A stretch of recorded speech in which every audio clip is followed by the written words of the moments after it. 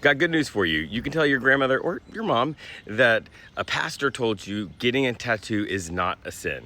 Then they're gonna quote the Bible at you, but don't worry, I got you. Hi, I'm Jeremy. I'm a deep skeptic, also a pastor. And they're gonna say, Leviticus 19:28. It says, do not make any gashes on your flesh for the dead or tattoo any marks upon you. I am the Lord. And that is what it says. When you read it, you might say, well, oh gosh, that's kind of wild. I guess it is a sin, but it's not. Or maybe more accurately, that's not what that verse means. That verse is in a larger passage of verses that says things like, don't cut your hair. And those verses are all talking about religious practices in other neighboring cultures at the time.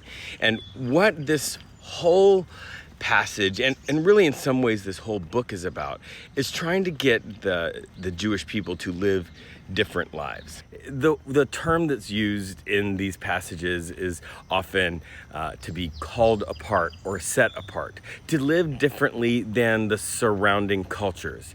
And so the idea is that God is going to give them a list of things to do and not do that are different than the people around them. And this is important because tattooing and cutting your body for the dead and for other rituals was very common, not just in like one culture. This was a religious practice that was all over. So you can't just translate that one for one to today, because people that get tattoos today are not trying to do that as worship of another god. Okay, I mean, maybe they do, but that's like not the common practice.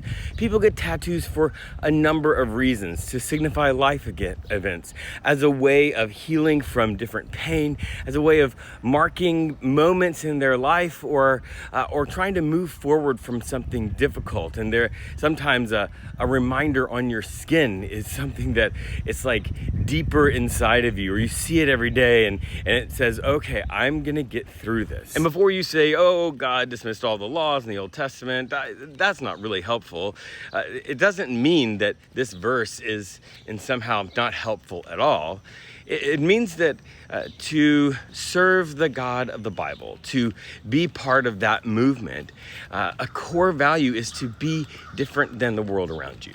And when you look at the whole part of the Bible, if you look at like what Jesus says, because Jesus was part of the religion that grew out of this Leviticus passage, he's saying like, be kind, be just. Like the difference that Jesus and I think the whole rest of the Bible calls you to is to be a person that is different in terms of justice and love. And that's actually worthwhile.